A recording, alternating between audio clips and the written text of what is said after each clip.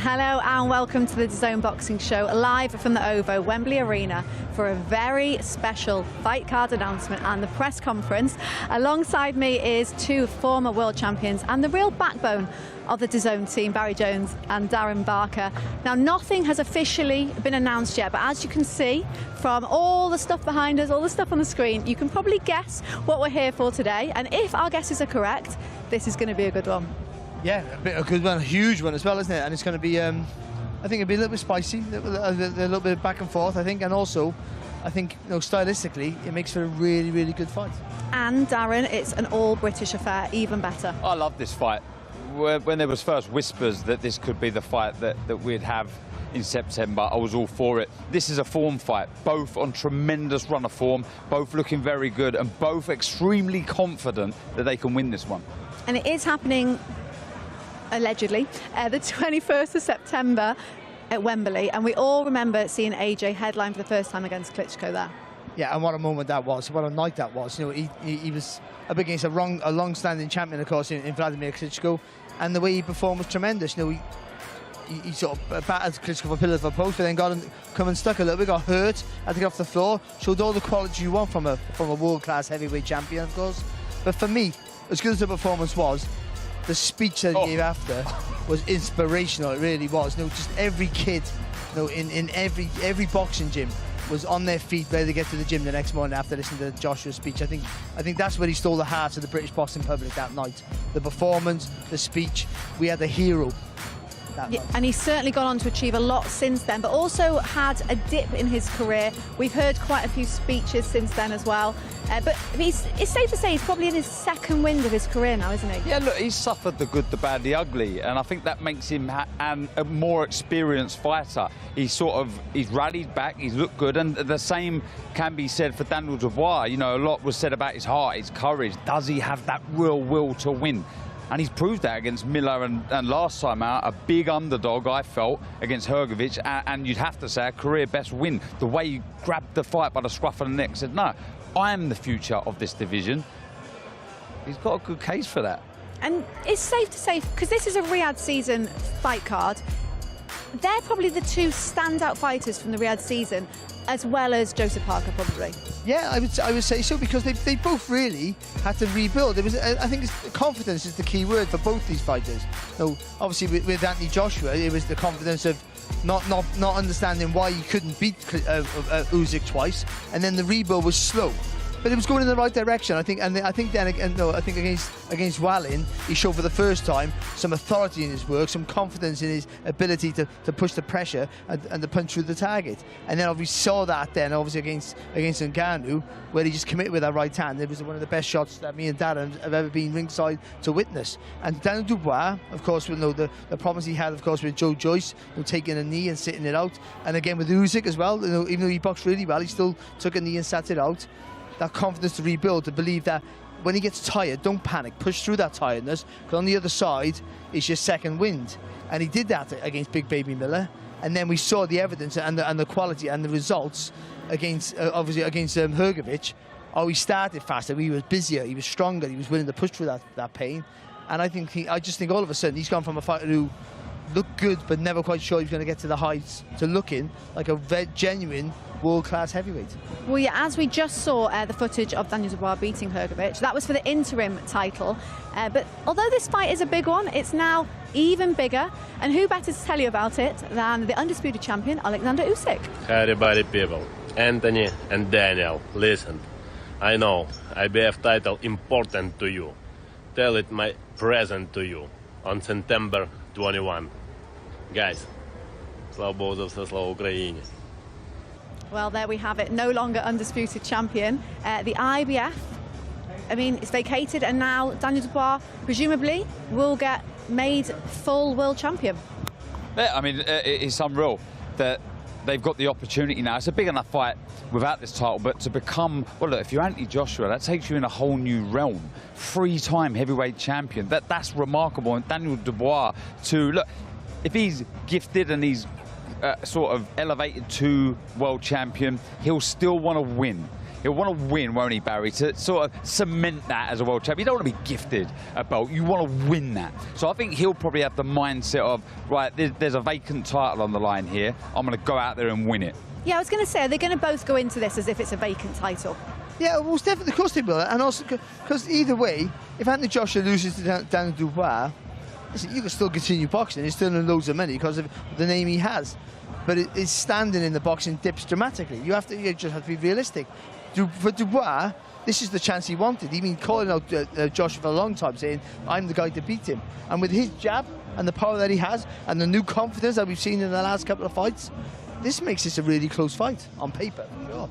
Yeah, and if we just focus on the form that AJ has been in, obviously we've seen him over in Saudi at the shows, and just some of the performances he's put on over there, they've been, would you say, on par with the AJ we used to see of days gone by? But the ruthlessness, the menacing way that he's throwing his shots are that of the old AJ, if you want to call it that. This, like, again, what we're seeing is AJ just grabbing these fights by the scruff of the neck and just saying, I'm levels above you in every single department. And we see it here. You know, a lot of people, including myself, thought this could be a tough workout against Wallin, who's no nonsense. He's in your face. And look, he came into that fight very confident, Wallin, but he just was not allowed to breathe in that fight.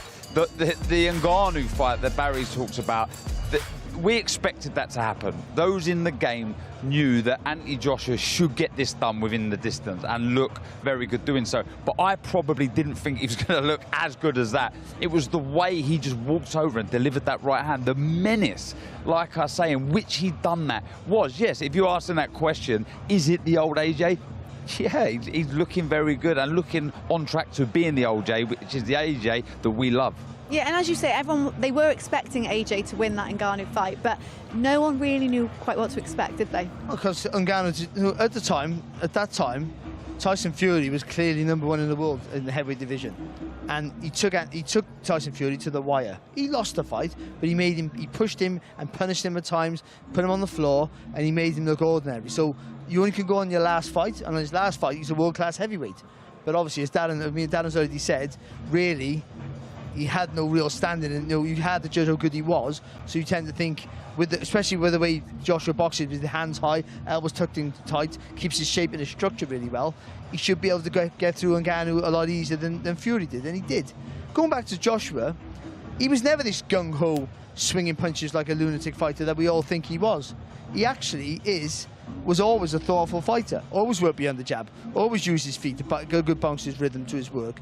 The difference is, after the Ruiz fight, when he landed with a good shot, he wouldn't commit.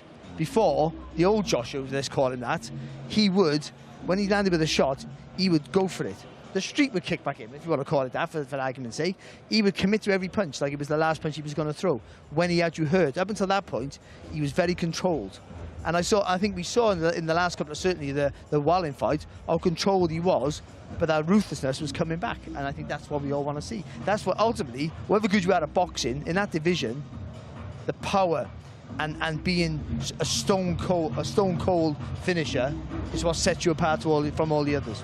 Well, we did just see then on the screen, we saw Frank Warren, I think, speaking to Michael Buffer, which just gives the magnitude of today in this fight, because obviously it's Matchroom and Queensbury again. I think there's other promoters involved, and it just shows the magnitude of what these Riyadh seasons are. When Buffer's at an event, you know it's a big one. The famous, the GOAT, Michael Buffer. But yeah, this is a proper fight. This is in our national stadium.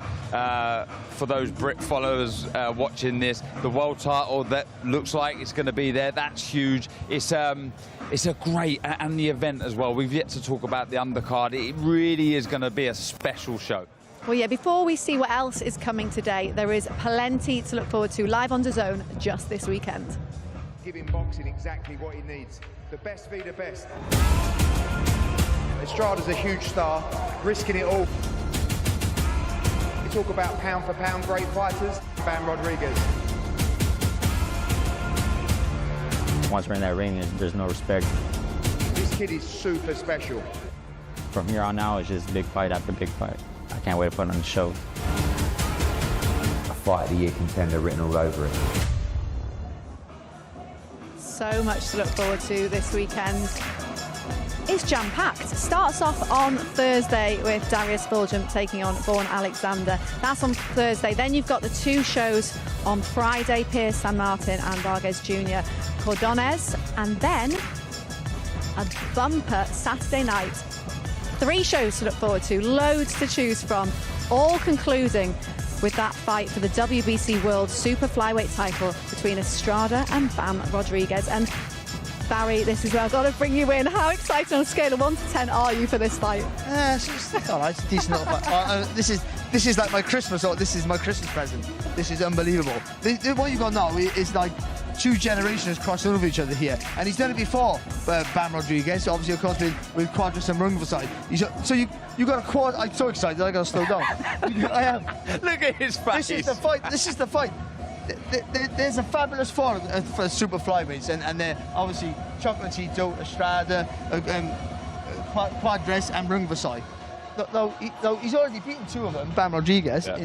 So all you got now, he gets Estrada Saturday, then he goes for my favourite fight possibly of all time in Chocolatito. But it's a great fight. Estrada, if you think Estrada's over the hill, you're massively underselling how good he is. This is a fighter who's technically superb, has power in either hand, can fight you going forward, can fight you going back. You know, he feints, he sets up traps, he does everything right. He takes a good shot, but with Bam, I think we got a superhuman coming through to take over everything. I think that's safe to say that's about a 20 out of 10 on excitement, and you're going to be there, even better. Okay, well, back to today, and I think it's about time we got this press conference underway. So I'm going to hand you over to your host for today, and of course, DAZN's very own Adi Oladipo. Thank you very much, Ali. Welcome everyone to the OVO Arena. We're a stone's throw away from the National Stadium for, as you can see behind me, another very big fight announcement. Now, before we get going, I'm sure by now we've all seen the very sad news about the passing of DeAndre Jones, the son of the great Roy Jones Jr. And I'm sure I speak for everyone in the room, everyone watching at home, when I say our prayers and our heartfelt condolences go out to the Jones family and everyone that knew DeAndre in this extremely difficult time. Welcome everyone to another Riyadh Season Special, this one, the Wembley Stadium edition. At this time, we would like to express our thanks to our host and those that have once again made this super event very possible, the custodian of the 2 holy mosques, King Salman bin Abdulaziz, and to His Royal Highness, the Crown Prince Mohammed bin Salman, and to His Excellency, the Chairman of GIA, the General Entertainment Authority, His Excellency Turki Al-Sheikh. The last 12 months in the sport of boxing have shown that once again, boxing has the ability, if it wants to become one of, if not, the greatest sport in the world. It's a title it certainly had in the 70s and the 80s, big fights being made, big fighters fighting regularly, big fights put on. What we have all seen in Riyadh Season is just that, big fights. The fights we as the fans have waited for years. We've seen drama, we've seen upsets, we've seen world titles change hands. We even saw Francis Ngannou nearly pull off the biggest upset we've ever seen in the sport of boxing against Tyson Fury. We've seen Queensberry absolutely destroy Matchroom in the 5 versus 5. We've seen fighters that were wrote off rise again, and we've seen the great Alexander Usyk crowned the undisputed heavyweight champion of the world. That theme of big fights and big events continues on September 21st, and it doesn't get much bigger than an event at the National Stadium in front of 90,000 fans, headlined by former 2-time unified heavyweight champion Anthony Joshua versus the new IBF heavyweight champion Daniel Dubois, and as you can see behind me, a stellar cast on the undercard as well. Enough from me, let's get out to the stage, the most important people, the fighters. To do that, your MC, Mr. Thomas Treiber.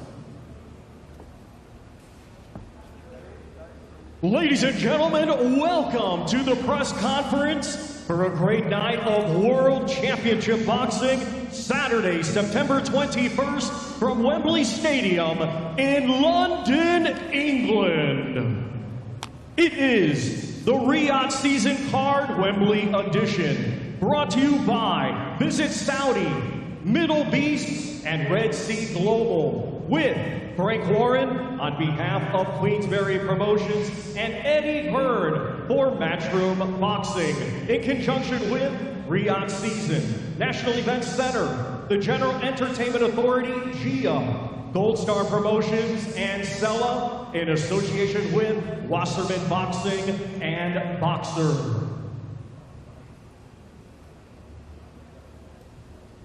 Let's first welcome Mr. Kala Sauerland of Wasserman Boxing.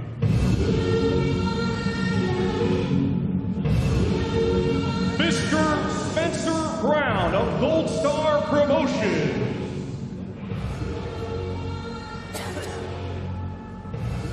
Mr. Ben Shalom of Boxer.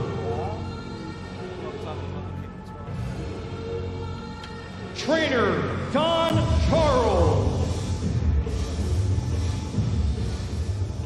Trainer Ben Davison.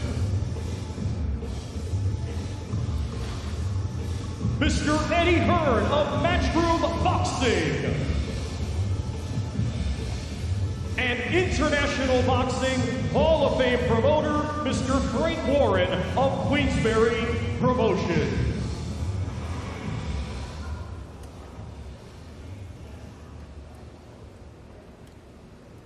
Let's now welcome some of the great fighters on this card. First, let's welcome from Armthorpe, England, the undefeated Josh Paddy Headley.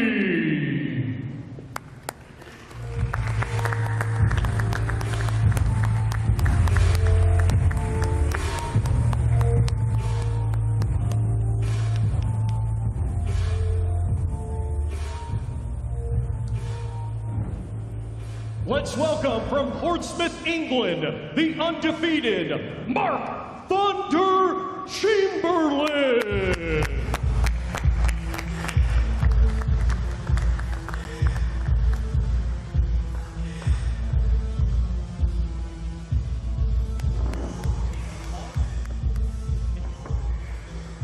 Let's welcome from London, England, the undefeated Joshua Buatsi.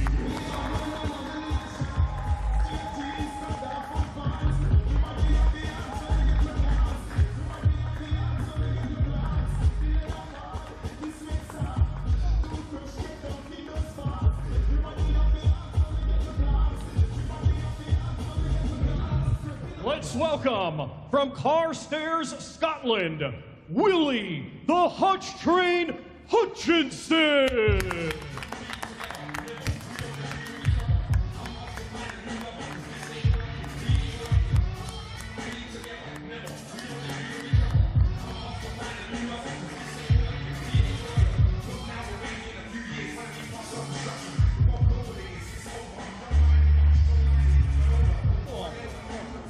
Let's welcome from Sunderland, Tyne and Ware, England, Josh Pretty Boy Kelly.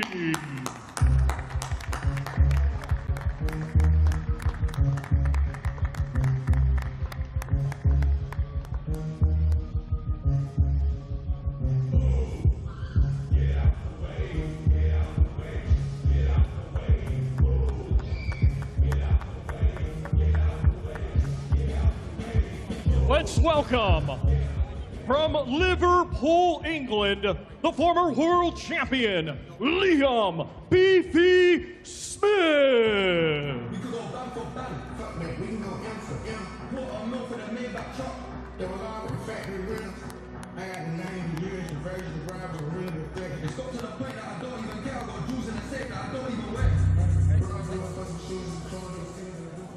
Let's welcome from Leeds, England, the former world champion, Josh the Leeds Warrior Warrington.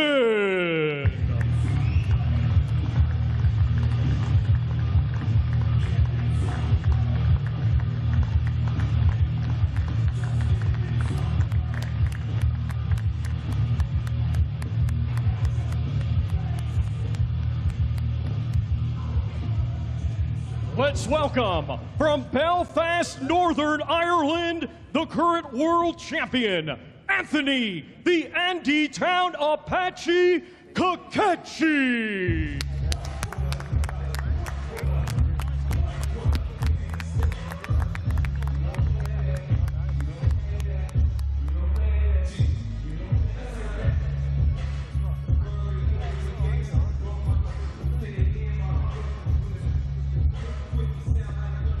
Let's welcome from Rowley Regis, West Midlands, England, Tyler Denny.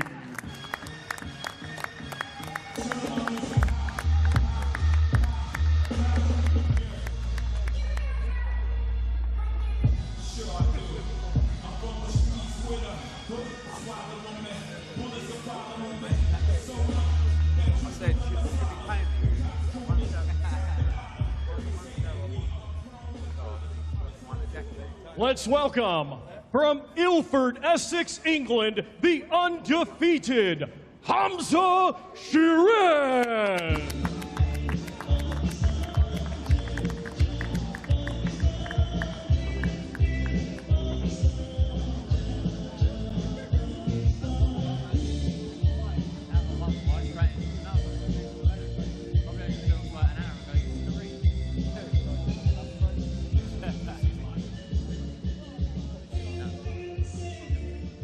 And now let's welcome International Boxing Hall of Fame ring announcer, the one and only Michael Buffer. Thank you, Thomas Driver. Thank you. Well, ladies and gentlemen, you have met the outstanding fighters, each and all deserving headline recognition, and that's all leading up to a special main event. On Saturday, 21 September 2024, here at this legendary site of spectacular events, of sports and entertainment, Wembley Stadium, London, England, Riyadh Season will continue to make fight fans' dreams come true as two of boxing's greatest promoters join forces to present two of the best heavyweights in the world in a 12-round contest. Our promoters, representing Matchroom Boxing, Mr. Eddie Hearn, and representing Queensbury Promotions, Mr. Frank Warren. Ladies and gentlemen, now officially the Riyadh Season Card Wembley Edition main event. 12 rounds of boxing for the IBF Heavyweight Championship of the World. At this time, let's welcome champion and challenger to the stage. First, with an outstanding record of 21 victories, 20 of the 21 by knockout, 16 KOs in his career in 4 rounds or less. Ladies and gentlemen, he only has 2 defeats from London, England.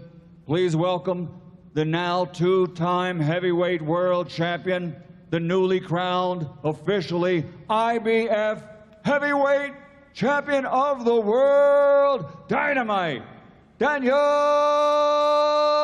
Dubois.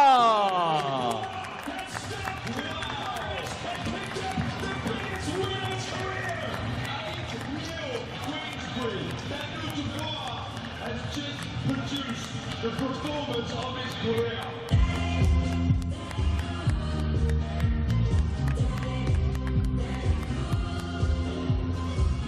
Woo! It is official. And now, ladies and gentlemen, officially the challenger, an Olympic gold medal champion, 28 victories in his career since becoming a professional, 25 of the 28 by KO, only 3 defeats, now 17 of his knockouts in his career have come in 4 rounds or less. He's a 2-time heavyweight world champion from London, England. Ladies and gentlemen, he is the man known as AJ, Anthony Joshua.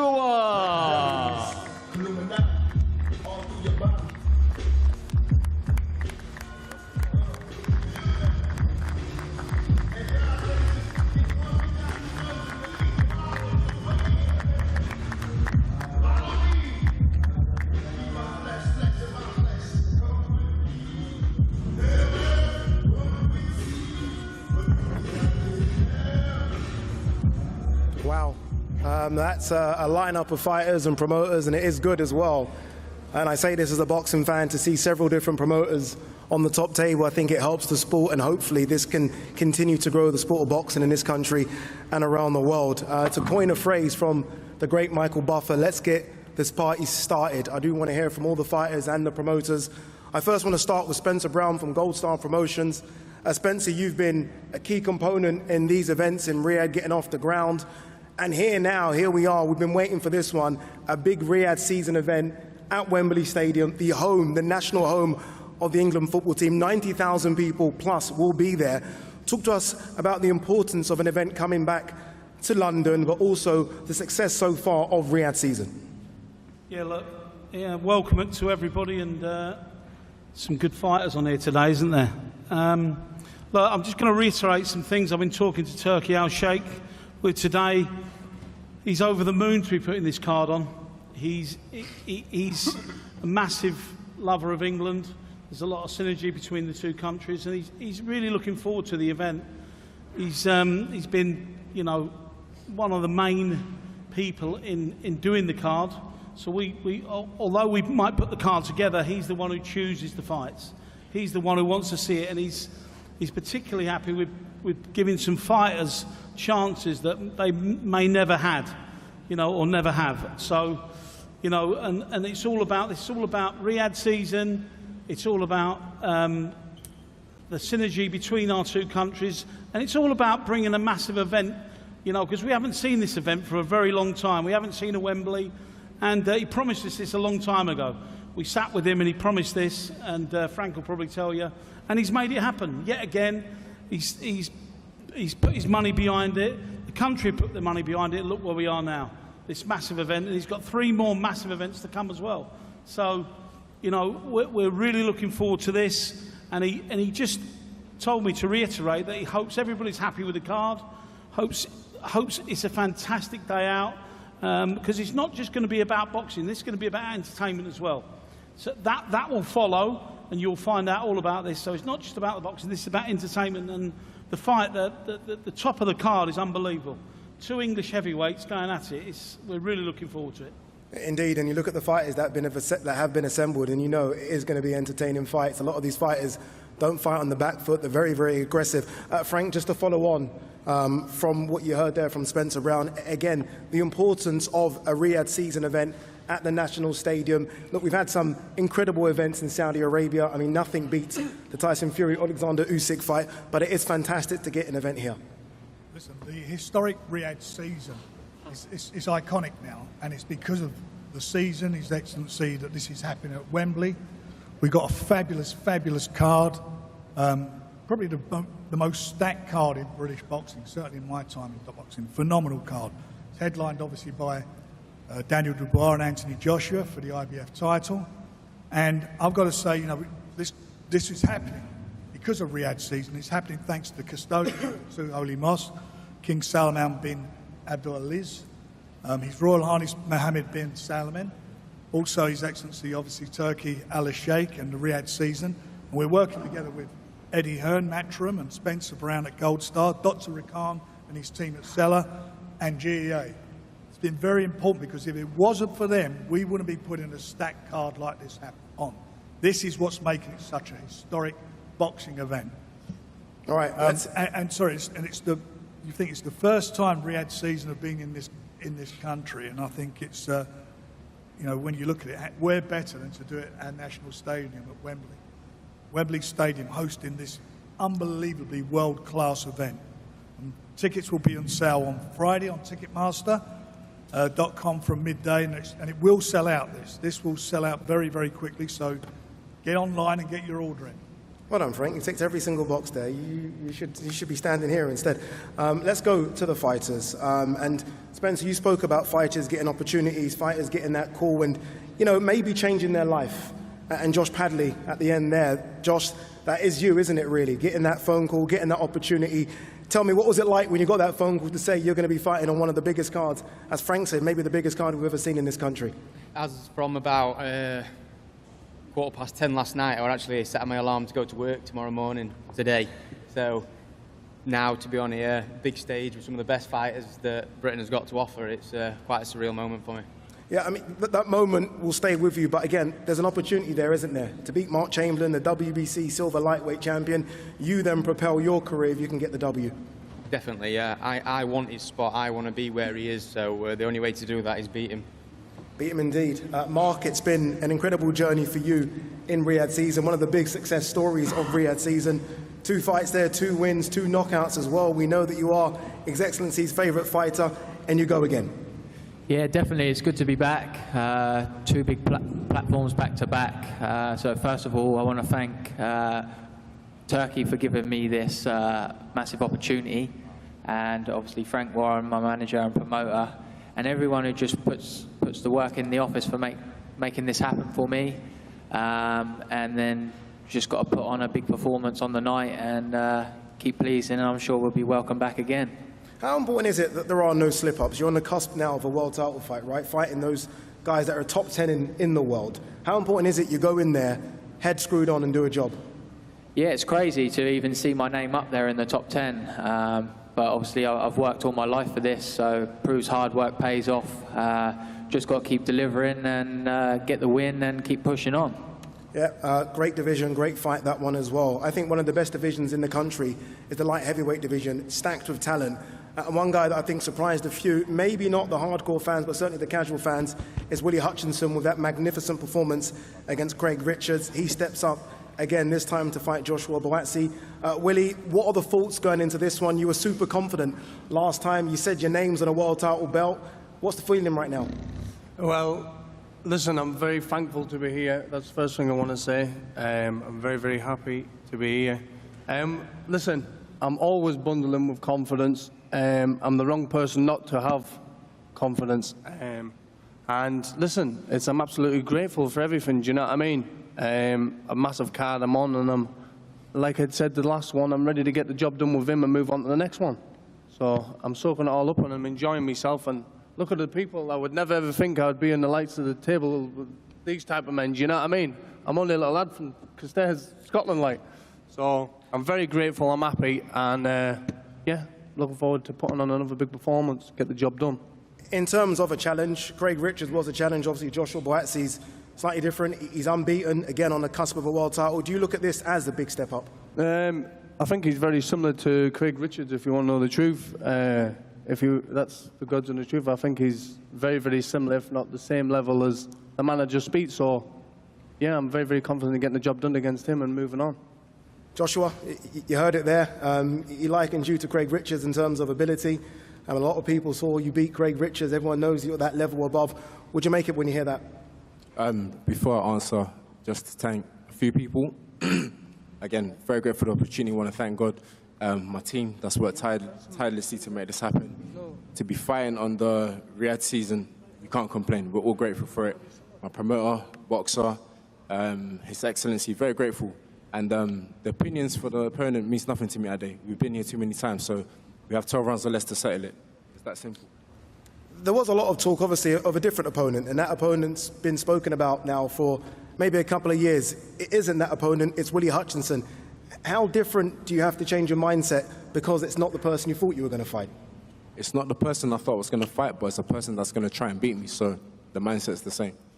Frank, I want to quickly bring you in. Obviously, you promote Willie Hutchinson. He did surprise quite a few, Frank, in beating Craig Richards. You were always confident in your man in the 5 versus 5. How confident are you that he can get the job done against Buatsi? Well, he didn't surprise me. I fancied him from the beginning, and I knew he'd deliver, and he delivered. Look, they've both got impeccable amateur background. You know, both have done it at the highest level. So they've been boxing, like most of the guys here, boxing since they were kids, but at the highest level. And I think it's Willie's time now. He showed in his last fight that he can beat a world-class operator, and he done it, and he boxed. I thought he boxed extremely well on the night. Josh is a world-class fighter, there's no doubt about it, but I genuinely feel that, and that's the reason we've really pushed for this fight, that Willie can beat him. And that's why we're here, that's why he's here, to go and win. It is for an interim world title. Can we guarantee the winner of this will fight for a world title next? The winner of this fight will be the mandatory challenger and the champion. By the way, the 2 champions are fighting in October, Bebatiev and Bivol, which is going to be a great unification match, again, which is part of the Riyadh season. Another brilliant fight. The winner of that is going to have to defend his title against the winner, or should I say Willie, next year, no doubt about it. Let's have a quick word with Ben Shalom, the promoter of Joshua Buatsi. Ben, how confident are you with your man? Look, very confident. I want to say thank you to Turkey. I want to say thank you to Riyadh Season, Spencer Brown, huge opportunity. The reason we're here is the interim world title. You know, Josh wants the biggest fights. He's been the #1 light heavyweight in the country, or widely considered for a long time. And he'll want to prove that on September 21st. He's going to have to put in a big performance, but extremely confident. I think Willie Hutchinson has had a great win against Craig Richards, but this man's on another level. It should be a fantastic fight. Two very confident fighters. Again, if you watch Willie Hutchinson against Craig Richards, you know that he's a top-tier light heavyweight, and Joshua Buatsi has been one of the best light heavyweights, I think, in the world for a few years. Really looking forward to that one, as I am this fight next between Josh Kelly and Liam Smith. I saw this one scheduled, and I was like, is Liam Smith going back down to 154 pounds? I've been told, no, this fight will be at 160. I want to come to you first, Josh Kelly, to make that decision to go to 160 pounds when you've been so successful at 154 pounds, I think on the cusp of a world title fight. Why jump to 160 now? Well, firstly, I just want to thank a heavy thank you to Turk Al Sheikh, Riyadh Season, and a special thank you to Spencer Brown, because he put me on here when no one else would. He believed in us, so he got us this. Turk Al Sheikh and Spencer Brown, they got me this shot. So a big thank you to that. But I think 160, I'm a big 154, so I think 160 will suit me. But, I mean, I've got nothing but respect for Liam. He's had a great career. He's put Liverpool on the map, him and his brothers. There's no bad blood between me and him. It's just business. So I'm looking forward to putting a great performance on. I think stylistically it's one of the best matchups on the card, and I think we could steal the card for sure. Is it a stay forever at 150 or at 160, or are you going to go back down to 154? What's the plan? No, I can bounce between both of them, to be honest. I've kept myself ready, I'm in shape, so I'm ready to go now. But 160, 154, it doesn't really matter for me. I'm a big 154, and I can fill out to a 160, so we'll soon see. Let's welcome in a former world champion at 154 pounds, Liam Smith. Liam, it's been a while since we saw you. Obviously, the last time was against Chris Eubank Jr. Back in September. You've obviously had to regroup since then, but you are back, and this is the challenge now, Josh Kelly at 160. Yeah, obviously, you know, it's another great fight on a huge card, which I'm privileged to be sitting here, you know, with world champions, former world champions, you know, top prospects in world boxing. So, you know, I always said I wanted to fight on an Anthony Joshua card at Wembley or Tottenham, and I'm glad I get the chance to do it now. So, you know, regarding the fight, I think it's a fight that not many people thought about, but once it's picked up, they thought, oh, you know, that's a good fight, that's an interesting fight. So, again, like I said, once I knew it was signed and sealed, you know, me focus is on Josh Kelly, and it's a fight that I'm looking forward to. It's a fight that I'm massively confident to win, and obviously I think, you know, Josh and Adam probably feel they're getting me at the right time, but, you know, there's been fighters before who made that mistake, and I think they'll do the same thing. Do you think one of the big keys here could be experience, big fight experience? Obviously, you have travelled the world, you've put on really good performances away from home as well. Maybe we haven't seen as much as that yet from Josh? Yeah, look, obviously, you know, Josh has got to step up at some time. This might be his time, but, you know, from my point of view, looking at it, I think Josh and I think they're getting me at the right time, and the same way probably Anthony Fowler thought he was doing it after Russia.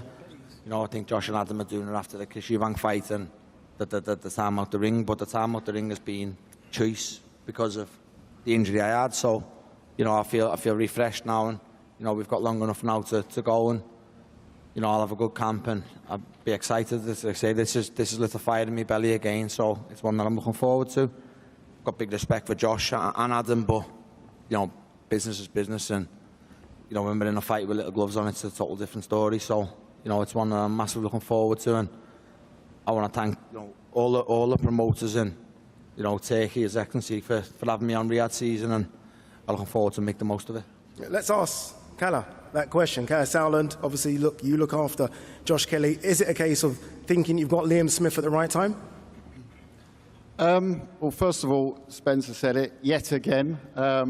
This Riyadh season, the global takeover. We just got our breath back from Riyadh with the Undisputed and Eddie v. Frank, and it goes to LA, and then it comes to London, and this is a historic card.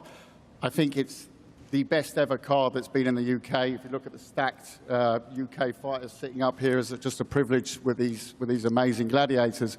But I think I know that the main event's absolutely gigantic. I think this fight can absolutely steal the show. I think it's the right time to fight Liam. I think it's also the right weight.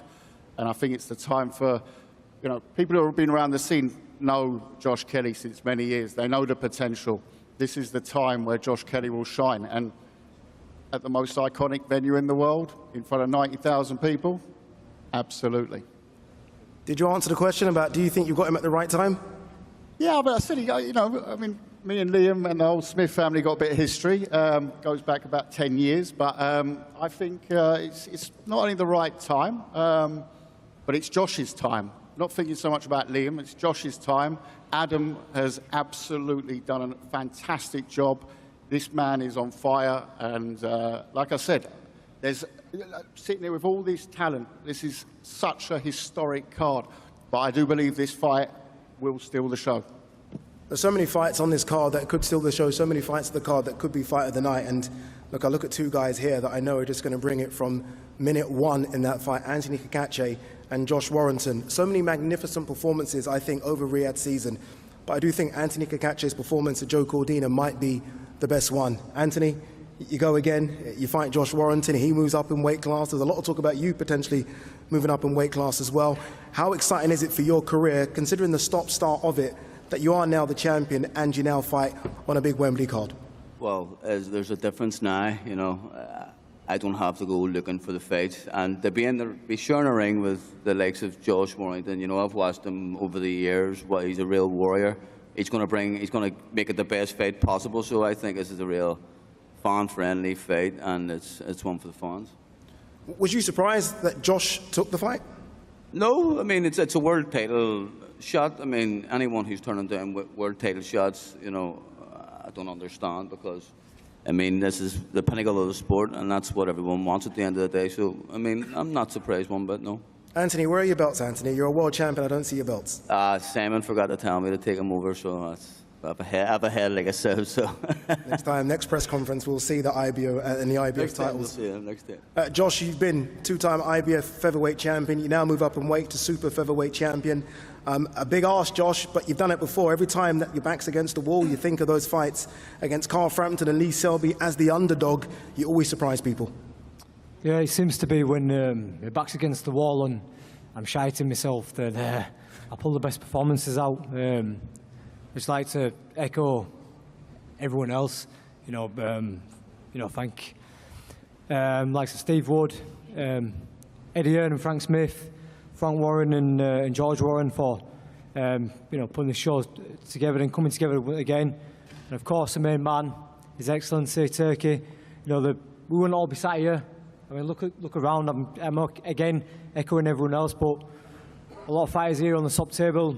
Headline shows, Liam's headline shows, Joshua's headline shows, we've got the big boys on the top, I've headline mini shows, so we wouldn't be sat here if it wasn't for the main man. So thank you very much for the opportunity, and I also want to just thank his team.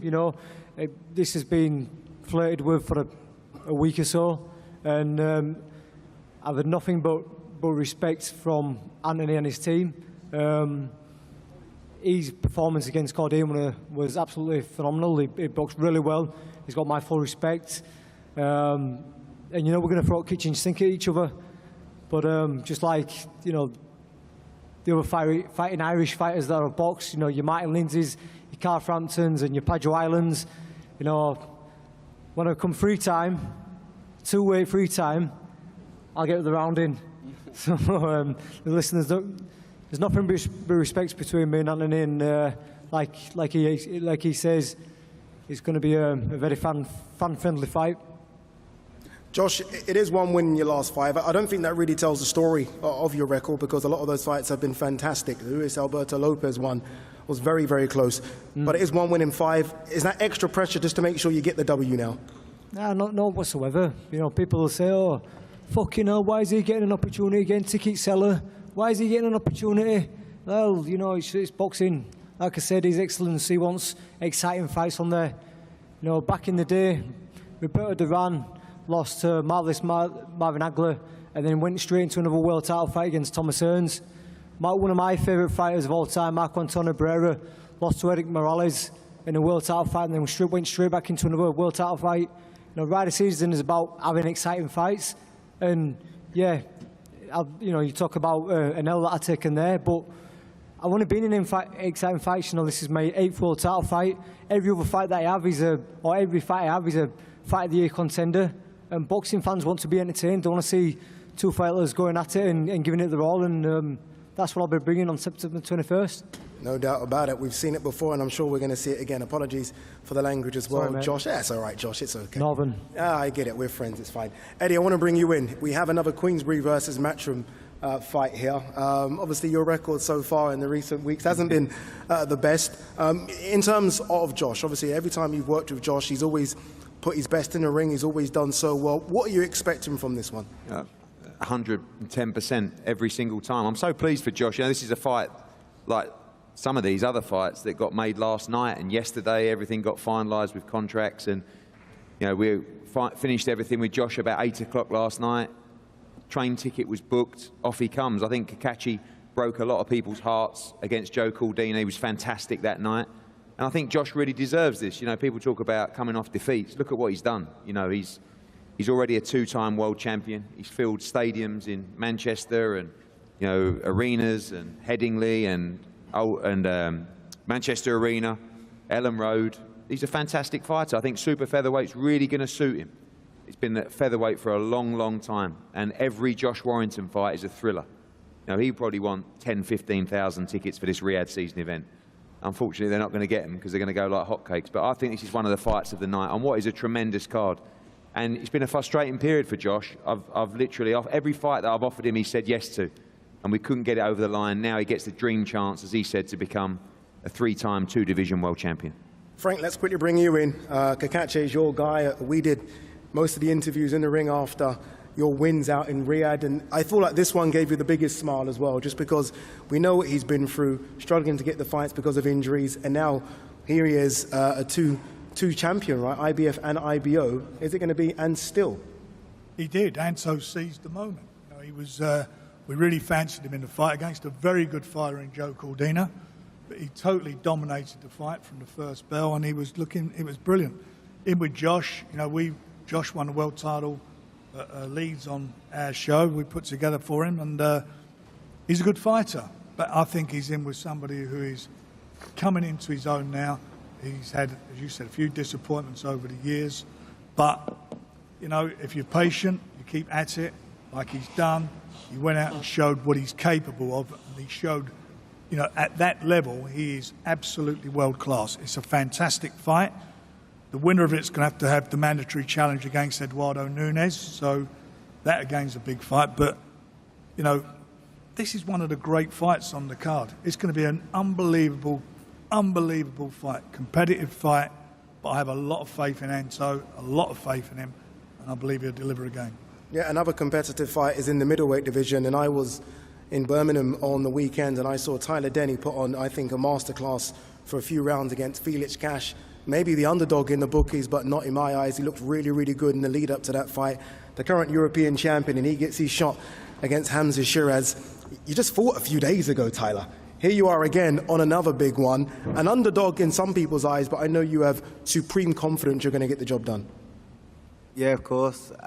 Firstly, I just want to thank Turkey, Spencer Brown, PCB, Errol Johnson, and this man here, Ben Shalom. I think it come up on my memories. 2 years ago today, I won the English title, and here I am now. So just keep grafting. But yeah, I fought Saturday, and the last few days have been mental. Lack of sleep and getting excited about this, and then trying to not get too excited until last night when it was confirmed. But we're here now, and I'm buzzing with it. Hamza Shiraz, top fighter, someone I respect as well. Can't say a bad word about him if I wanted to. But saying all that, I'm here to win, man. I'm the European champion, man, and I feel like I'm going to get a good performance on and get the win. Indeed. I feel like Hamza's going to echo all those statements as well. Hamza, fantastic win against Ammo Williams. That puts you in a position to fight for a world title. You take the call, you fight the European champion. What did you make? You would have watched the Felix Cash fight, I'm guessing, against Tyler Denny. What did you make of that performance? Yeah, man, this is big time boxing. It's great to be here. First of all, I'd like to thank the Almighty Allah for allowing us to be here. I'd like to thank His Excellency Turki Al-Sheikh and the team, you know, for allowing my dreams to come true. At the same time, it's an honor to fight on such a great undercard, and Anthony Joshua is someone who I've looked up to my whole career. I've molded myself around him, so you know what I mean. It's an honor to say the least. And going back to your question, yeah, I watched the fight. It's a good performance, definitely a good performance. But then at the end of the day, this is boxing. It's a brutal sport. It's about being hungry, making it happen. And I've got respect for Tyler as a person, but when it comes to September 21st on fight night, it will definitely be brutal, to say the least. You could have waited. You are in a mandatory position. You've decided to take this fight rather than wait for the Carlos Adames fight, the WBC title. Why have you done that? Because it's an opportunity that was given. Listen, I gave the green light to all the names that I put in front of me. I gave the green light to them, and it wasn't meant to be. And this is it. It's written. Myself versus Tyler Denny, Wembley Stadium, September 21st. Let's have it. Let's go back to Tyler Denny. Tyler, again, look, I think incredible performance. You're going to need another incredible performance. Have we seen the best of you? I almost feel like there's still a few more gears to go. Yeah, I feel like if you ask my coaches what I do in the gym, they get very frustrated sometimes. They don't always show it. And I think the better the opponent, the better I'll be. And I think Hamza ticks that box for that. I think he's people who's writing me off against Cash, I beat him. But Hamza's another step up. But my confidence is sky high at the minute, and I feel like I'm invincible as well. Willing to take on any challenges. Wembley Stadium, Hamza Shiraz, it's a no-brainer. I'm there. Ben, quick word from yourself. Obviously, you look after Tyler Denny. Magnificent win, as I said, on the weekend. This is a completely different task, though, isn't it? I mean, Hamza Shiraz is touted as one of the best prospects, not just in the middleweight division, in all of the divisions in boxing. How tough a task is this for Tyler? It is a huge test, but I tell you what, this is a whirlwind. This is a fairy tale that never seems to end. When we got the call on Sunday, I didn't even want to tell Tyler until it was signed. This is truly life-changing, and I thank Spencer and His Excellency for making this British boxing story come true, because he deserves it. I mean, he's been written off his whole career, so this is nothing new. Every fight he goes into is the underdog, and he's going to have to step up again, and he's done it 6 back-to-back wins now, many unbeaten fighters on that record, and this is another big step, but I believe he can do it, and I believe he's there to prove people wrong on September 21st. All right, there you go. That's the undercard concluded, and now we go to the big boys. Anthony Joshua against Daniel Dubois, former two-time unified heavyweight champion of the world. Anthony Joshua against the new IBF heavyweight champion of the world, Daniel Dubois, coming off that incredible performance, I felt, against Filip Hrgović. AJ's been to Wembley Stadium before. He's had some fantastic nights there before. He goes again. Daniel, this will be your first time in the National Stadium, and I expect Daniel to perform as well. Before we hear from both fighters, I do want to hear from both trainers first. I want to start with Don Charles. Don, I do think since Daniel Dubois has been with you, we've seen a change in Daniel Dubois. I felt like we saw that against Alexander Usyk for a few rounds. We certainly saw it against Jarrell Miller, and obviously we concluded it with that Filip Hrgović performance. What have you done to your man? Well, it's all there. By the way, good afternoon, everybody, ladies and gentlemen, for coming down to support this great historic event. History to be made. Going back to what you asked me in terms of improvements, it's there for all to see. It's a work in progress. We've been together, myself and Daniel and the team, for 12 months. So people have to remember that it's just 12 months. And what he has done in that period, and we're operating, in my opinion, in 35/40% capacity. There's so much development and growth to come.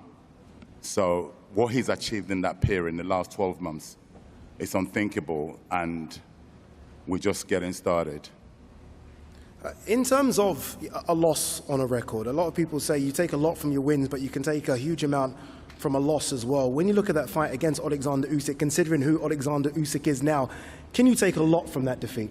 Most definitely. Every disappointment, every time you go out there, whether you don't succeed, you learn from, whether it's a good or bad experience, it's still an experience, and you learn from them. Obviously, we're terribly disappointed for the outcome. It was a fight of two halves. We won before we lost.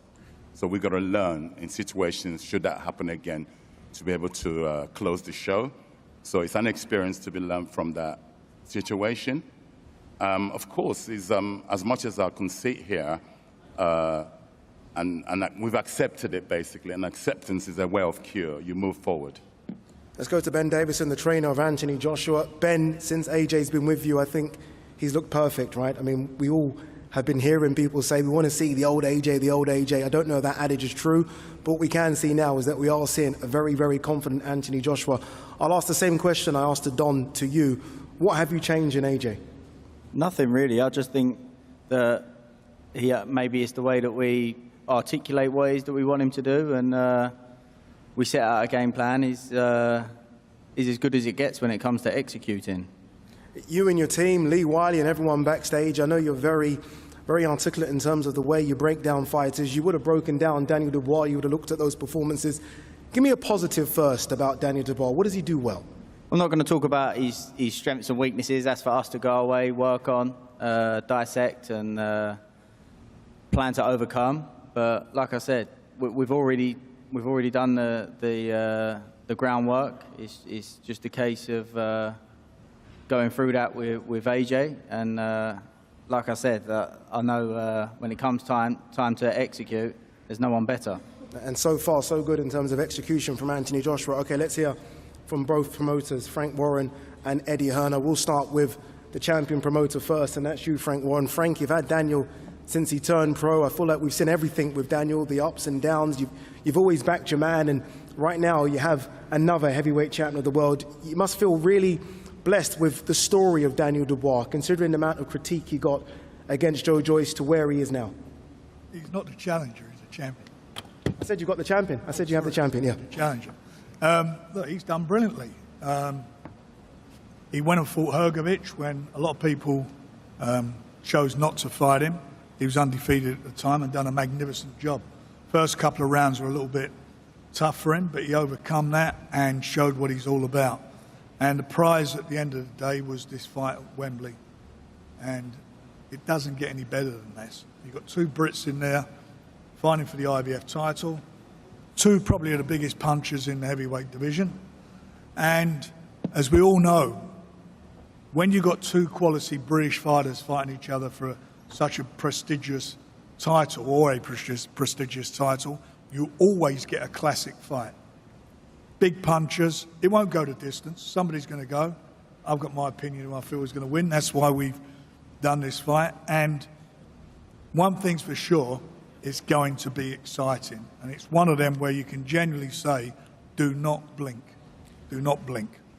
I was watching a few old interviews, Frank, in the lead up to doing this, and for a few years now you've been saying you fancy Daniel Dubois against Anthony Joshua. You wanted the fight.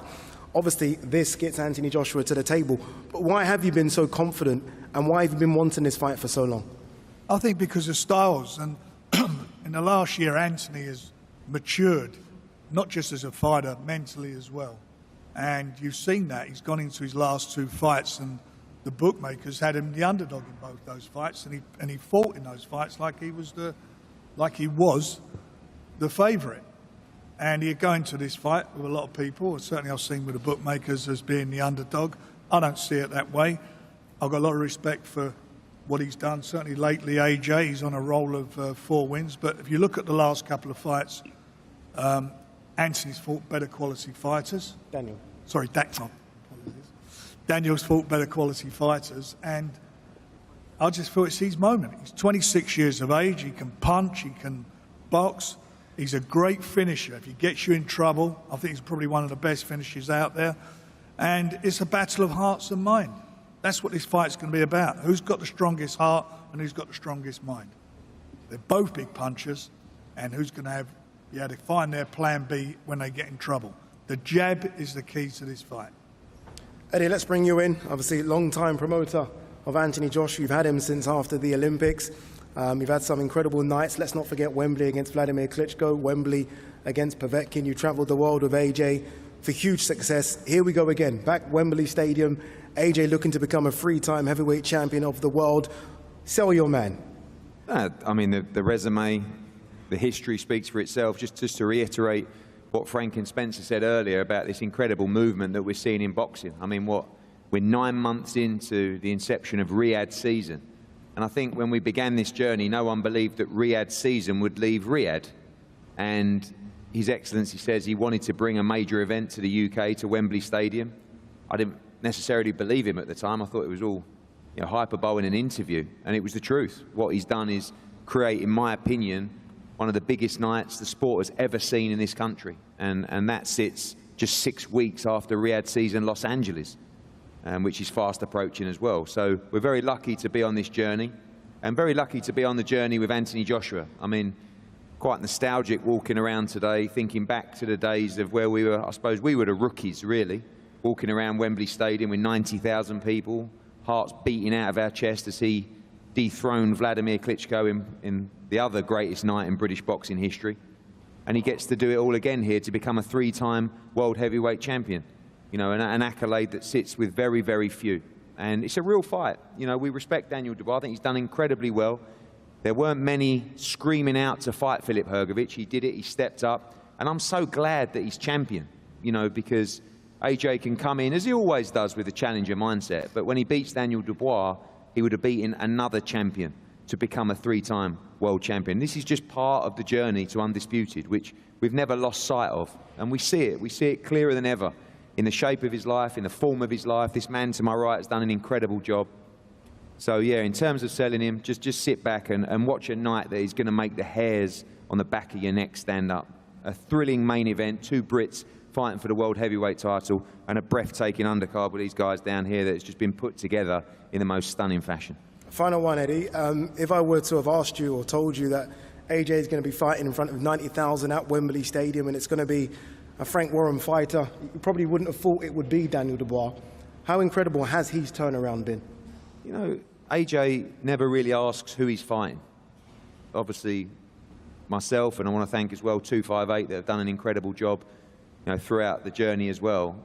Take care of the business with AJ. He will fight anybody. And when Daniel got the victory, that was the opponent. It just happens to come with a shiny red and gold belt that makes even more history for, I think, one of the most pivotal characters in the history of our sport in this country, in Anthony. And it just feels perfect. The timing feels perfect. So confident, so relaxed. It's just like bread and butter for Anthony Joshua these days. Another stadium, another big challenge, more pressure, ready to do the business. Ready to do the business indeed. All right, let's hear from our 2 main event fighters. Let's start with the champion, Daniel Dubois, the new IBF heavyweight champion of the world.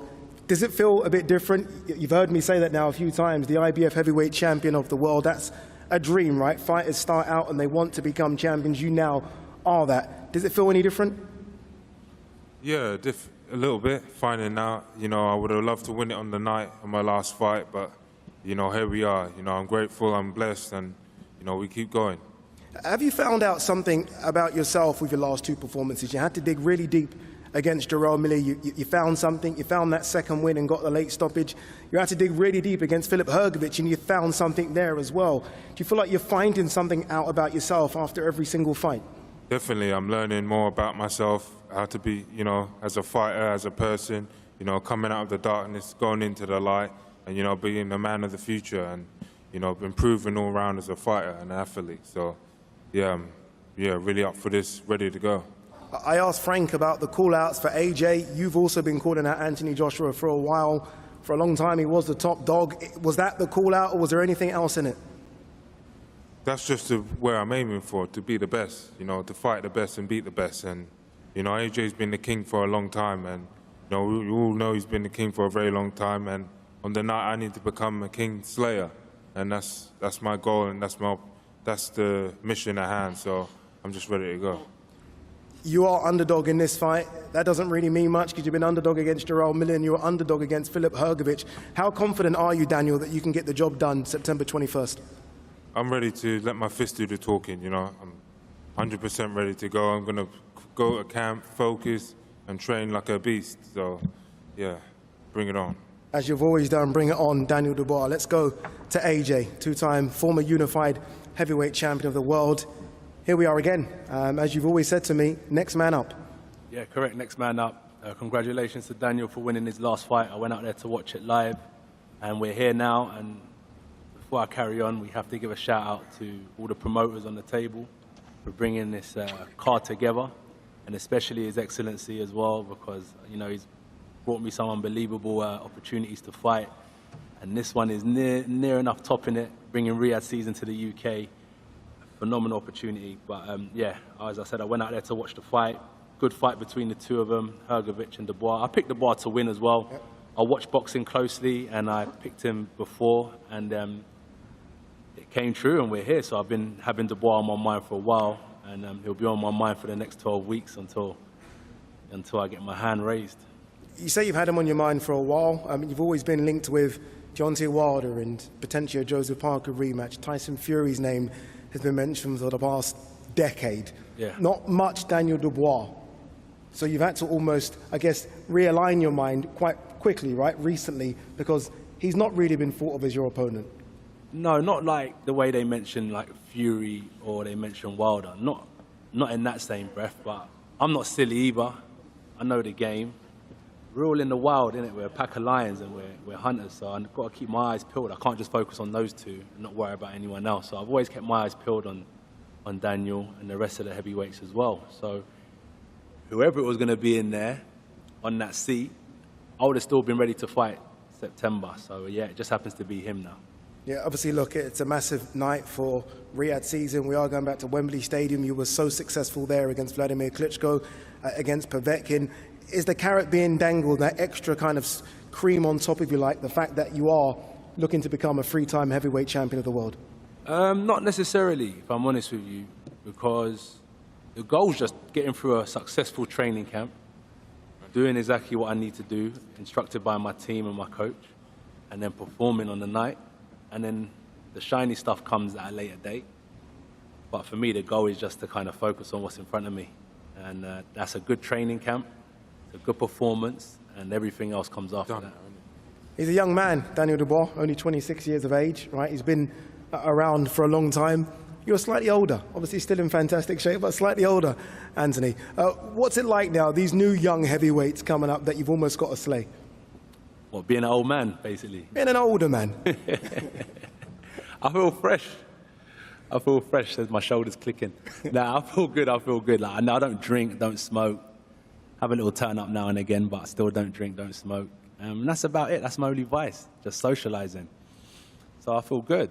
Thank God I didn't get caught up in no antics outside of boxing. I use boxing as a path to keep me on the straight and narrow. I didn't use it as a path to kind of take me off it. So yeah, young fighters coming up, look after your bodies, look after your minds. It will pay dividends in the long run. So for this fight here with Daniel, it don't matter if I was 35 and he was 15, 20, 25. It don't matter. It's just a fight, and I'm in peak condition. I feel good. I feel strong. So yeah, age is just a number in this one.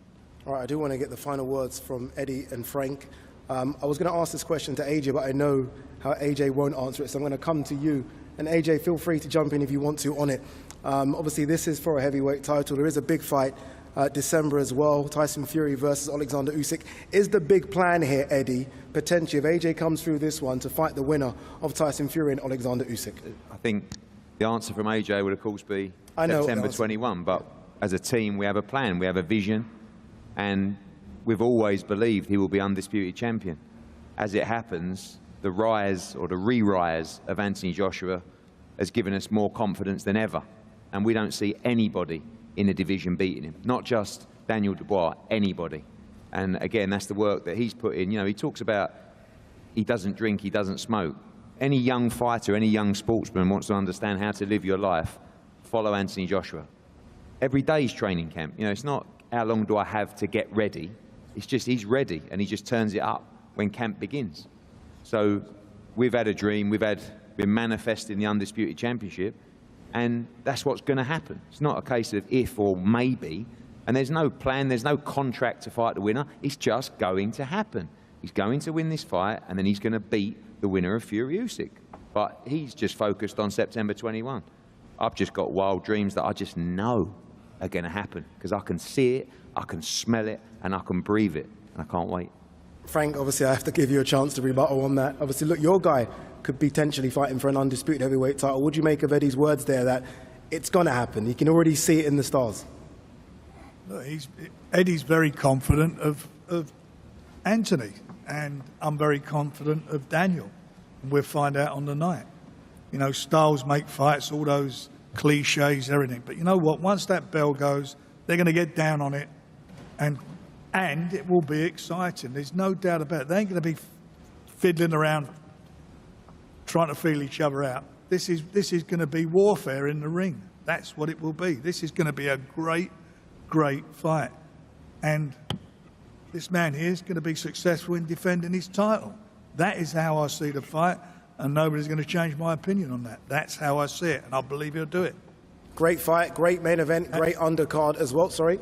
And just, I've got to say it, don't forget, this Riyadh Season Card, the Wembley edition, 21st of September, Friday, tickets are on sale at Ticketmaster.com from midday. You better get your ticket order in now, because this is a guaranteed sellout. This is absolutely the best card that's been on in the UK in my time in boxing. A fabulous, fabulous night of quality boxing, thanks to the Riyadh season. Don't miss it.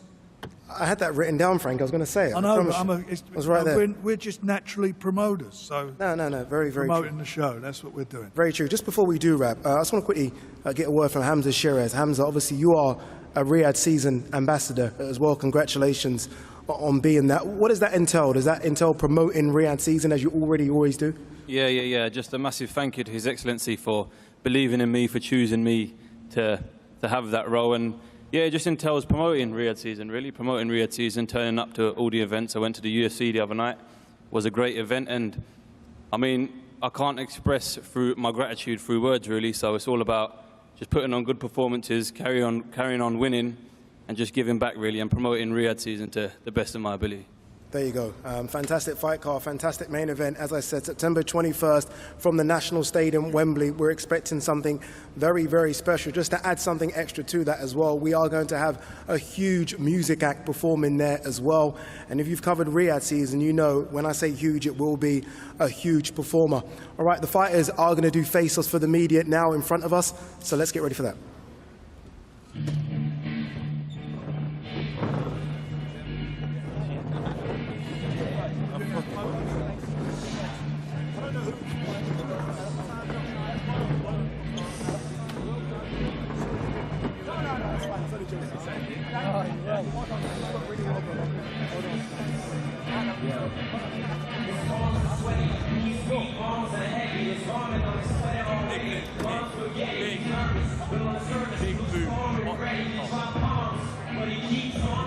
What a press conference we've just seen. Well done, Ade. That was brilliant from you.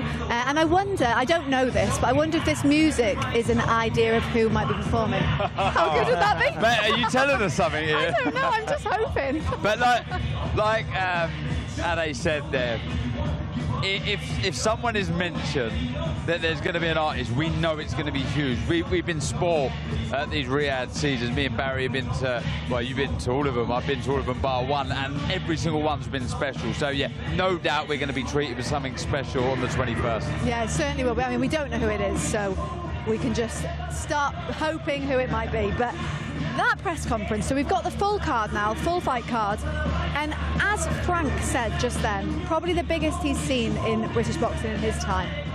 Yeah, it's a bold statement. It's a huge card. What makes it so intriguing is not so much that it's two British heavyweights boxing for the championship of the world. It's the strength and depth of the card in total, where every fight is really world level. There's only one fighter there you'd say wouldn't be ready to fight for a world title. One fighter out of the whole bunch. So that's pretty good going. So usually cards like this, there might be 15 fights, but then you've got loads of other fights underneath that people don't take no notice of. But these are all fights that are intriguing to watch, and also some of them are hard to pick yet again, like we had against the 5v5, which were really fights where you were tossing and turning about who you thought might win the fights. Definitely. And Darren, of all the fights on there, we're seeing the face-offs now. Which one is sort of standing out, exciting you? You can't pick the main event, obviously, but what one is getting you excited? And as we see Mark Chamberlain again, obviously His Excellency's favourite fighter. Yeah, great to see Mark Chamberlain back. So exciting. The way he just demolishes his opponents with such ease has been so eye-catching. He's turned a lot of heads, and though he may be His Excellency's favourite fighter, I think he's made a lot of fans out there that his favourite fighter. Really, really exciting. So that one is a big step up for Padley. I do like Liam Smith, Josh Kelly. I think that's an intriguing fight. Great to see Hamza Shiraz back. I mean, the card is brilliant. Look, these two as well. Joshua Buatsi is in with a very, very lively opponent here who's on a good run of form. I mean, his performance against Craig Richards was very, very impressive. I think a lot of us, including myself, felt that Craig Richards was not a huge favourite, but a favourite, probably the easiest favourite to pick out of the 5v5, but he ripped up that script, did Willie Hutchinson, and put in a career best performance. Joshua Buatsi, we're still kind of yet to see the best of him, and that's exciting, I feel, because if he does turn up and he does show us the promise that he had and brought through from the Olympics, Barry, it's very exciting. Well, he hasn't Getting a little bit heated as well. Yeah, he hasn't quite had that fight yet that shows us what we think his potential is. And look, we talk about potential. We can't keep talking about potential with Joshua Buatsi. He's been a professional long enough now to say you're there or you're not ready. Either one or you're either good enough or you're not good enough. But he hasn't had that fight yet that tells us, yes, he's ready for the next step. He's done all the right things to get himself in the right rankings. He is an amazing, talented fighter. But he's up against a guy here, Willie Hutchinson, who is full of confidence. He's always been full of confidence, but even in the Lennox Clark defeat, even though he got stopped, he showed some good quality. He tried to fight back under pressure when he got dropped. He tried to do the right things. He's regrouped, he's come up in weight, and he seems a better fighter for it. That was a long face-off there, so it's already getting spicy. 12 weeks out. Yeah, look, every single fighter on this card believes in themselves, and you're just seeing that here.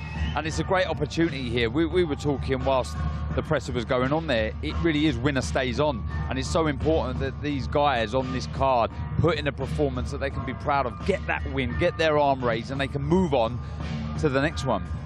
Definitely. So we moved on to the next face-off. Here we go. So this one, I think, was a bit of a surprise when I saw this one. Liam Smith against Josh Kelly. So Josh Kelly, it's at middleweight, so Josh Kelly is stepping up. Yeah, he is stepping up. I haven't got a problem with that. I know people are surprised by that, but I think, you know, the Josh Kelly's a welterweight was too small. Loses the light middleweights, or super welterweights, I should call it, and he seemed comfortable. But he's a big guy. I think he's grown. I think he's matured a bit, and but he's up against a guy in Liam Smith who is innately strong, innately tough, and is better technically than what people give him credit for. He's a very, very good pressure fighter. Yeah, that should be a good one. I mean, it's all to play for both of them at this stage, especially, I think, for Liam Smith at this stage of his career. Yeah, sure. Yeah, he pretty much, you know, he's got to go. He haven't got time's not on his side, so this is a fight that he has to go. He has to win and he has to dominate if he can. And for Kelly, this is his coming out fight. If he wins this, he's highly ranked in the world ratings that below. But this fight here, this is a fantastic fight. Kakachi, ripping up the script to stop, not just beat, but to stop Joe Cordina.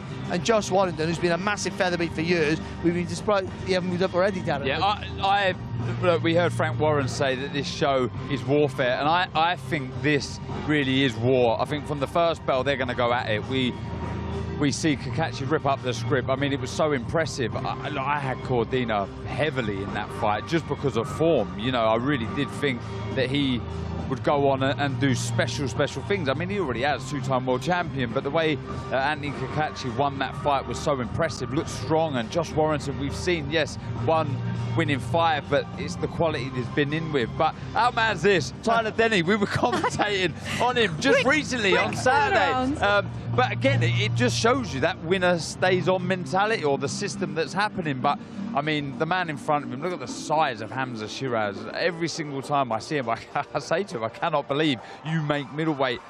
He looked so good, didn't he, Barry, last time out? They both look tremendous. Tyler Denny's one of those guys who's just thinking, I'm just going to keep going. He don't put pressure on himself, because no one thought he would get to where he is now. I think, you know, but he's done it the hard way in the small hall shows, selling tickets, building his way up, and then every fight, even his last fight, and even this fight again, he's still the opponent. He's European champion, and he's still going in as the B side. But I think he thrives on that. He's better fighter for it. And even though Hamza Shiraz will be a massive favourite, with all the attributes should do a good job, Tyler Denny has that sort of style that can drag you into his fight, as we've seen against Felix Cash, make you look scrappy, and then turn the fight around and beat you. Definitely. Well, before the main fighters go out for their face-off, as we saw, Anthony Cacace, Josh Warrington is another Matchroom v Queensberry fight. But on that top table, CEO of GIA, Engineer Basil Bufferot.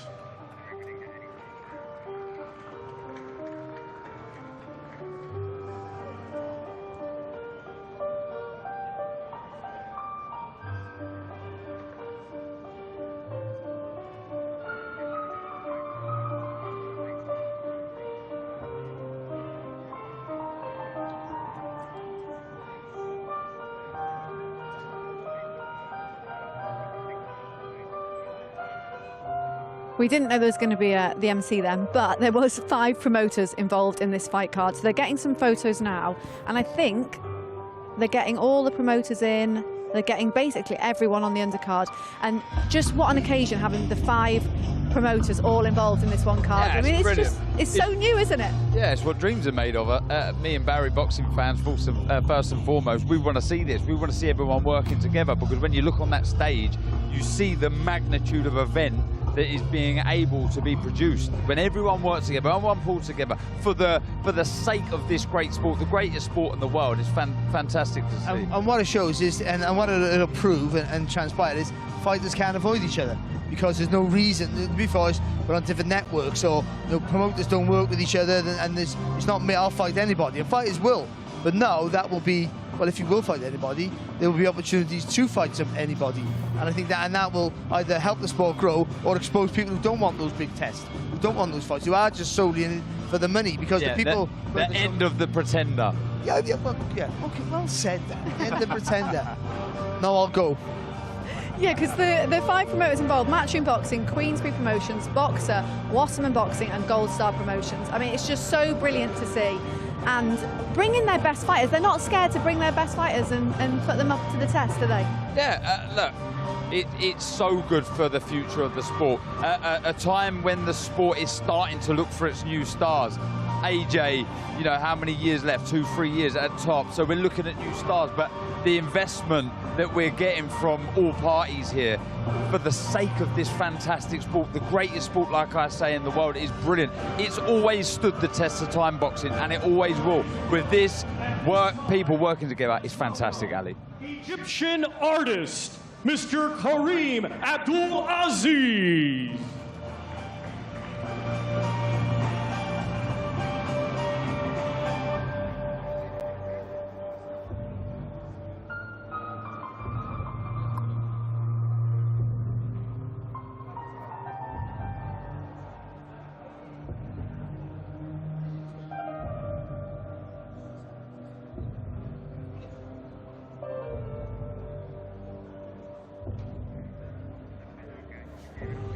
Okay, here we have it, the main event face-off.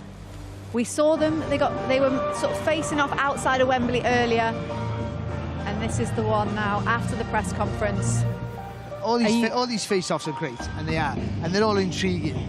But when you get 2 giants have a face-off, it just gives you a different feel. It does, because you sort of think, if it did kick off, if something did go wrong, you'd be straight in there to help. Look at Eddie's face. What are He's you gonna absolutely buzzing. He lives for this. He knows this is a special event. Tickets for this great event go on sale this Friday through Ticketmaster. Going to be fireworks, Ali. I've absolutely no doubt about it. When you look at them stylistically, the form that they bring into this fight, it's going to be a special occasion. All of the fights that we've witnessed at Wembley have been special, and this one could potentially top them all. well, because they both know they have to really stamp their authority early, especially because Frank Warren summed it up, it's a battle of the jab. So Anthony Joshua very rarely gets out-jabbed, and if it is, it's never for a long period of time. It might be for a round or half a round, and then he'll be dominant with the jab, even if against someone like Ruiz, he's not winning the fight, or Usyk's not winning the fight. But his jab's better than others. But with Dubois, he might have a faster jab, but Dubois' jab is heavy. You've seen it against, certainly against Hrgovic, how he steps behind that jab, it's all the weight behind it. So who can establish their jab the earliest and get the most fluency on their jab might be who dictates the fight. That's why I think they will commit early to get in first, to put the panic on their opponent as quick as they can. And it seems weird to say, but obviously AJ's going in as the challenger, and Dubois is now the world champion. Yeah, look, boxing is a funny sport, the way the politics work out. And yep, he's been crowned the new IBF world champion. He'll go in there as you've said, the champion. AJ, I don't think that will faze him. I think he'll relish the opportunity to become a three-time heavyweight champion of the world. Like I say, sets him into another stratosphere as far as champion is concerned, and British champions that we've had. It's a special occasion, and that adds something really unique to the event also. And I don't think Dubois, he alluded to it on the stage, I don't think he'd be feeling like a world champion until he wins it in the ring and the announcer says, "And the new." We all, as boxers, that's the dream we had as kids. Someone saying, "And the new," whatever weight it was. Mine was welterweight, even though I was never going to be a welterweight. But because Sugar Ray Leonard was my hero, I wanted to hear that. And the new champion of the world and your name. And so until you hear that, you can't really believe you're at a world champion. So we all go in there as a challenger's mindset also. And knowing this is the biggest fight to date. He's boxing Anthony Joshua at his home in Wembley, which is pretty much his home. Yeah. No, that's a task. Forget about the world title. That's hard and a focus on its own. But to do it and win a world title, genuinely win a world title with it, if you can't get motivated for that, then you're in the wrong spot. It's the pinnacle. This is it. This is everything you dream of. The occasion, everything. This is it. Or will he suffer? Will he get on top of him? That's what I'm worried about with Dubois. We talk about the mindset, we talk about the taking the knee a couple of times, and that's a mental frailty more than anything else. Yeah, I think the last two fights will hold him in good stead. But what about the occasion? Because it's not a big occasion. It's when it comes to Wembley, it's the Anthony Joshua shows. Yeah. We all know that. How will he cope with that? Yeah. I mean, we all say about fights. Sometimes you see with Canelo, people box Canelo. They're not afraid of Canelo, as good as he is. But then when you go to when you box him, when you go to Vegas, it's Canelo.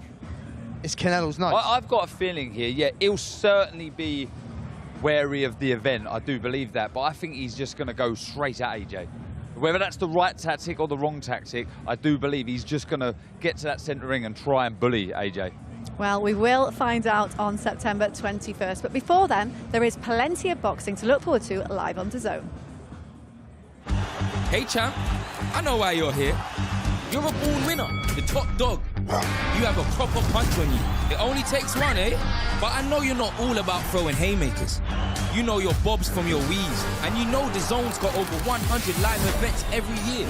Over 100. Proper stat. All the action, the chaos, the comebacks, the non-stop knockout. Big fights every week. So get those gloves back on. Together, we're boxing royalty. DAZN, undisputed. So much to come on DAZN, and here is a little reminder of what we can expect. So we have got on Saturday, July the 13th, Ennis is coming to DAZN facing David Alanisian. We've got Jake Paul taking on the MMA star Mike Perry. That is July the 20th. But before then, it is the big one, Riyadh Season, Crawford against Mountain Mob.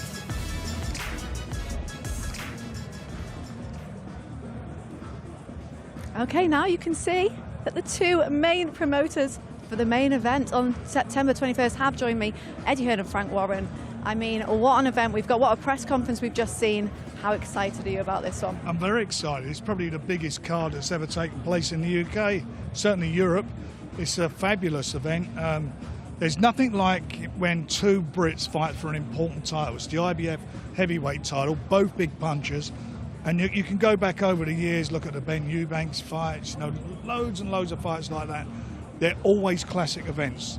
And this main event will be a classic event. It's part of the Riyadh season. We thank His Excellency Turki Al-Sheikh and Riyadh Season for helping us get this together, making this happen. And the undercard is just fabulous. I mean, it's not really an undercard. They're all main events in their own right. So, for a boxing fan, on the 21st of September, you're going to OD on boxing. This is boxing junkie heaven, I promise you. And you're going in the main event with a new world champion as well. Sorry? You're going in with a new world champion as well, that main event? Yeah, man. He fought for the interim title against Hrgovic at the last fight in Riyadh and done the business there, and he's now the champion. So AJ will want to be trying to get that belt off him. He certainly won't want to be giving it up, that's for sure. And I think we're going to see something, a bit of a classic on the night. Well, we hope so. Eddie, I mean, this is a chance for AJ to become 3-time world champion. You've got the gift that he gave you earlier, so he's obviously... Quite suit me, but I'm wearing it now till the fight, so, you know. He's obviously in good spirits and he's ready for this. He's ready for this big one. Yeah, look, it's a magical event, you know, as Frank and Spencer said. When His Excellency said we want to bring Riyadh Season to London, to Wembley, sort of ask yourself, how does that work? And he's done it, and he's not just done it, he's done it with probably the best card we've ever seen in this country from top to bottom. You know, from our side with AJ, what a chance, you know, to become a 3-time world heavyweight champion. It's a list of very, very few. And, you know, it just really reignites the dream of Undisputed. That's where we've always wanted to be. I think we're one fight away from a shot at that, but all that matters is September 21st. It's a brilliant fight. You know, 2 big punching British heavyweights for the world heavyweight title. These guys didn't need an undercard, by the way. They could have sold this whole thing out. AJ's done 90,000 here twice, you know, but with this card, every fight capable of headlining its own card. Blockbuster Riyadh Season event, September 21st. Yeah, well, you said it doesn't need an undercard, but it has got one, and a very good one. There is one fight that's another Matchroom v Queensberry on that one, and also loads of other good ones. Just how are you feeling about the undercard? And also the fact that there's one more on the undercard of you two against each other. Having lost 10-0, I feel like this main event is worth 20 points. So, you know, there's got to be some kind of new rule. But, you know, Frank's got a couple of fighters on the card as well, and great fights. But for us, you know, Kakachi against Warrington. It's cracking. I mean, we could have filled up Belfast, we could have filled up Leeds, Ellen Road, yeah. Manchester. It's a massive fight. And Kakachi's coming off a red-hot win. And Josh Warrington trying to become a 2-division, 3-time world champ. And that says it all. You know, what Eddie says is how it is. But I've got every confidence in our guys. That's why we make our fights. We make them to win them. We wouldn't put them in if we didn't think they could win. This is a fabulous fight card. And the spice of him and Eddie and myself, Matchroom and Queensberry, it makes it even better. And, you know, what's going on at the moment, what's being delivered, thanks to Riyadh Season, is something special. And as long as we can keep putting our guys against each other, you know they're always going to be competitive fights every time. And as I say, on the 21st, you're going to see something special. Well, yeah, let's talk about the 5v5, sorry, Eddie, and how competitive what was the that you were going to talk about? And obviously, it was a Queensberry win, it was. And just that show, and, you know, that was a sort of historic event. We can just see it here, and we can hear your reaction. You can see your reactions. And how involved you both got in it. Yeah, but that's only what a little about, bit, only a little bit, only a little bit. That's what it's all about. I mean, look at, you know, the emotion there, and it's all real. It's not, you know, people say, oh yeah, they're only coming together for money. I'll say, I'll be straight up. Money and opportunity brought us together, but the relationship's evolved since. You know, when we first met back here for the first time, it was almost like a reluctant shake of the hand and, oh, we have to do as His Excellency says. True. Now, we're working on so many big projects together. Riyadh Season here, of course, Riyadh Season in Los Angeles on August the 3rd as well. Bivol, Beterbiev coming up, Fury Usyk coming up. It's amazing. And, you know, those are the kind of nights you want to see, that kind of passion. And, you know, I said to I was actually talking about the 5v5 yesterday to my old man. I said to him, you know, I think because we lost 10-0, it didn't hurt as much as if it was really close. And he went, only you could spin that kind of rubbish to me. You got battered. So we've got a big night here, and we're already planning the next 5v5. So, you know, which brilliant we're all times. Looking forward to. And, you know, look, it's a fabulous format. It's taken His Excellency to bang our heads together to get it over the line, and it's over the line. And all we want to do now is to keep delivering and delivering for the fans and for our respective company and fighters. You know, it's never been so good. I mean, you must be having a time of your life on the Zone, TNT. Everybody who's involved in this is benefiting from it.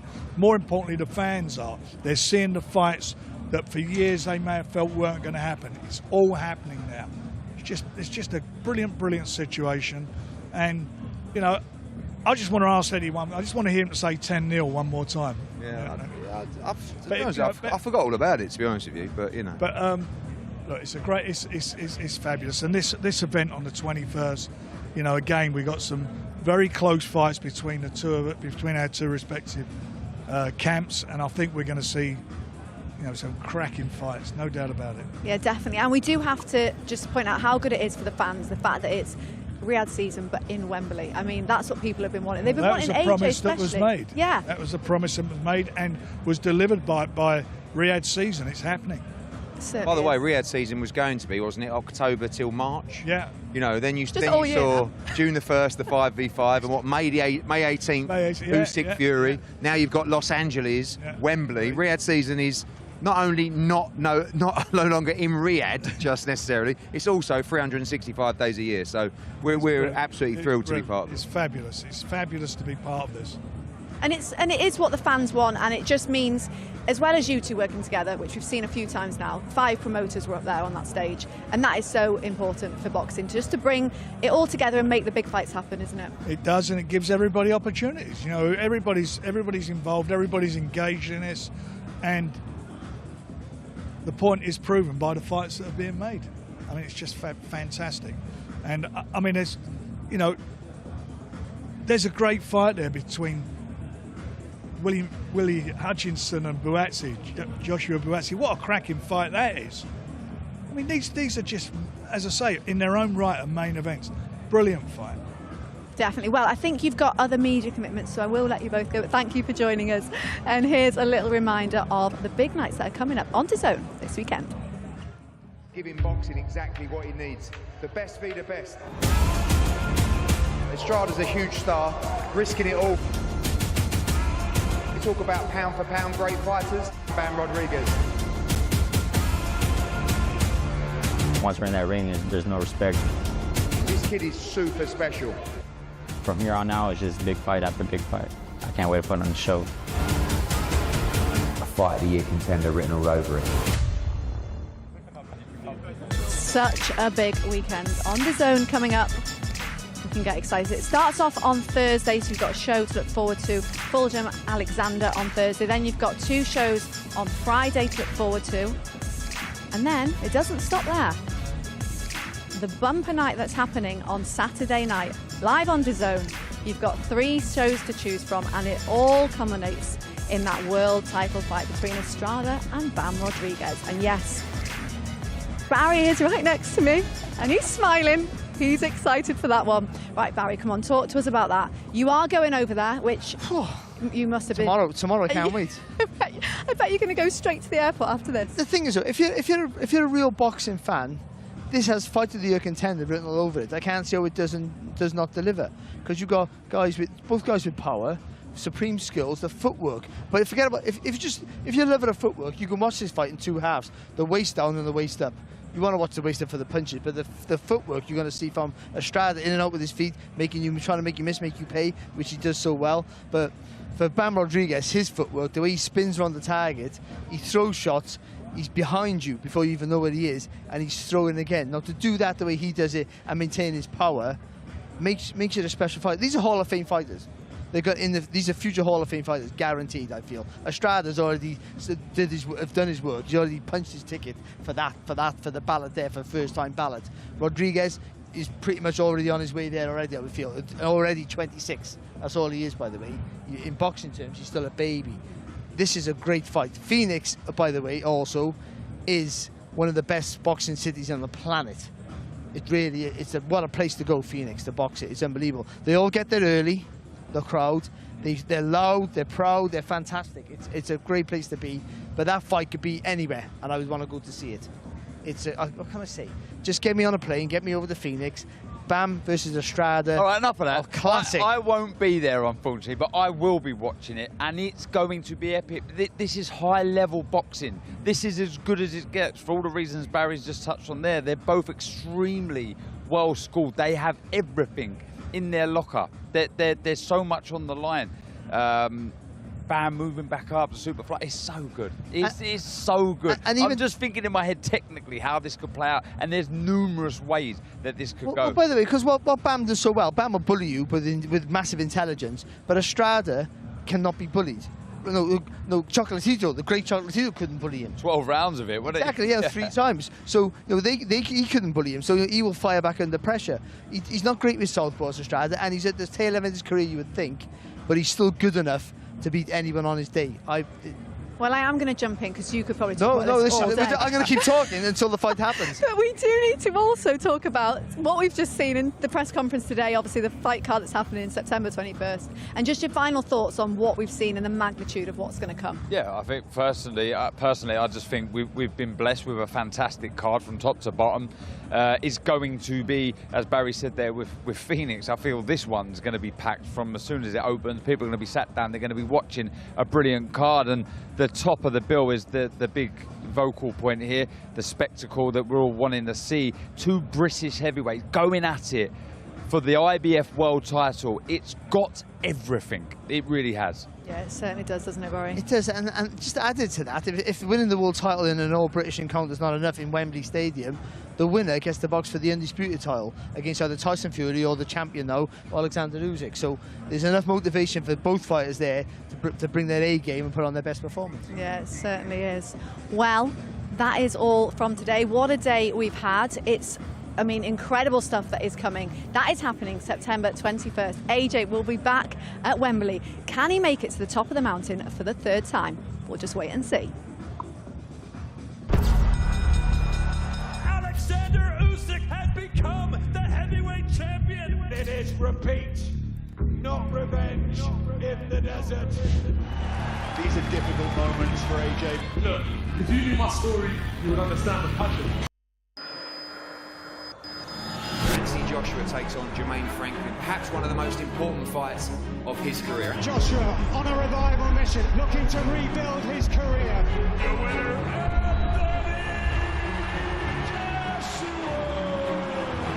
the quest to become world heavyweight champion for a third time continues.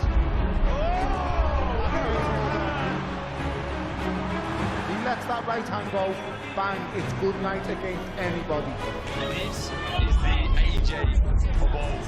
Anthony Joshua gets his 24th knockout, and boy, did he make it look easy. And now, the toughest of the tests against Francis Ngannou. Here we go. It is lights out.